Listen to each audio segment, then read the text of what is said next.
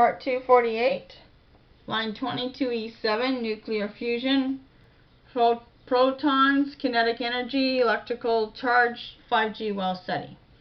There's the alien radio signal there. As I googled nuclear fusion, protons, neutrons, critical temperature, see what comes up.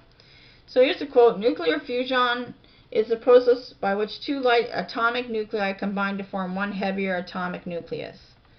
As an example, a proton, the nucleus of a hydrogen atom, and a neutron will, under the proper circumstances, combine to form a deuteron, the nucleus of an atom of heavy hydrogen.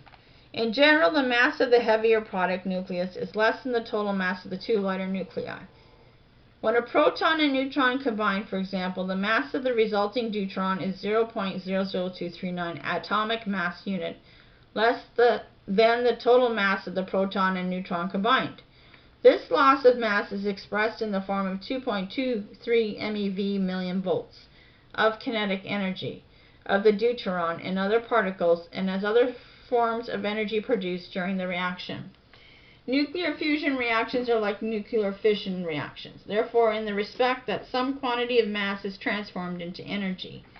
The particles most commonly involved in nuclear fusion reactions include the proton, neutron, deuteron, a triton, a proton combined with two neutrons, a helium-3 nucleus, two protons combined with a neutron, and a helium-4 nucleus, two protons combined with two neutrons. Except for the neutron, all of these particles carry at least one positive electrical charge. That means that fusion reactions always require very large amounts of energy in order to overcome the force of repulsion between two like charged particles. Okay, so for example, in order to fuse two protons with each other, enough energy must be provided to overcome the force of repulsion between the two positively charged particles. The formulas from the keywords are nuclear fusion reactions plus proton plus neutron plus deuteron plus a triton, a proton combined with two neutrons plus helium-3 nucleus, two protons combined with a neutron, plus helium-4 nucleus, two protons combined with two neutrons. Except for the neutron, all of these particles carry at least one positive electrical charge. That means that fusion reactions always require very large amounts of energy in order to overcome the force of repulsion between two like charged particles.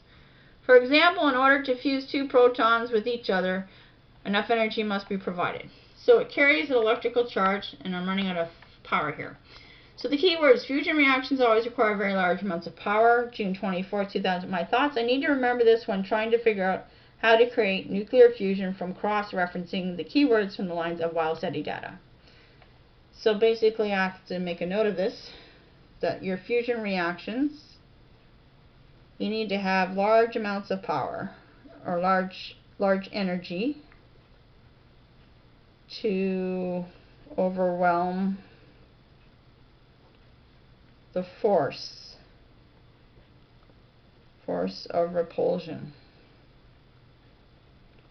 Repulsion between two like charged particles.